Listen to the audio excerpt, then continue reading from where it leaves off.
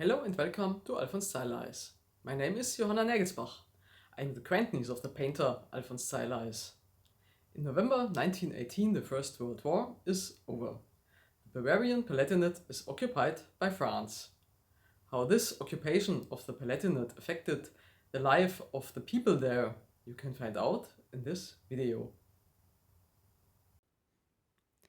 With the conclusion of the armistice on 11th of November 1918, the banks of the Rhine have to be evacuated by the German army.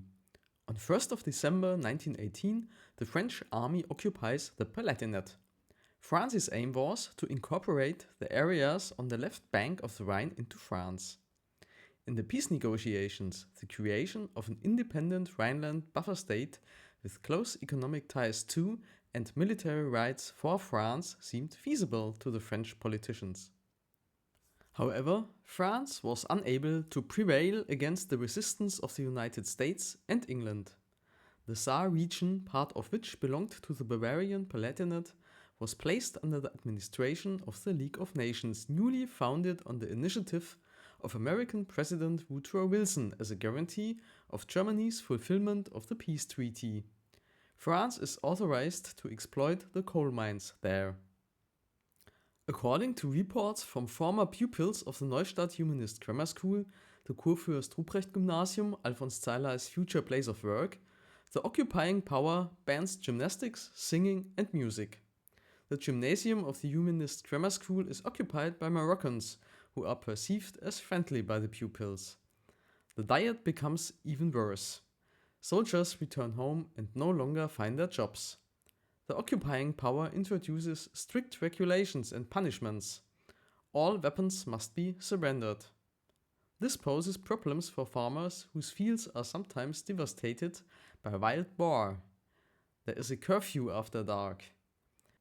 Deliveries and road traffic within the municipalities are only permitted during the day, and between municipalities only with written authorization from the Army Commander-in-Chief. All residents of Neustadt an der Weinstraße and the associated administrative districts over the age of 16 must have a trilingual identity card and carry it with them at all times. In some regions the rule even applies to anyone over the age of 12. Freedom of association and assembly are severely restricted.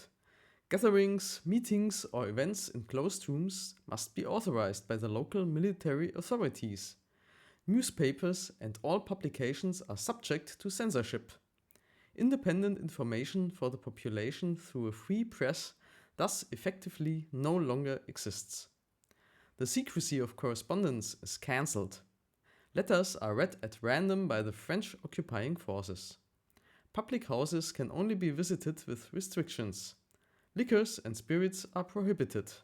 Permission must be obtained to take photographs.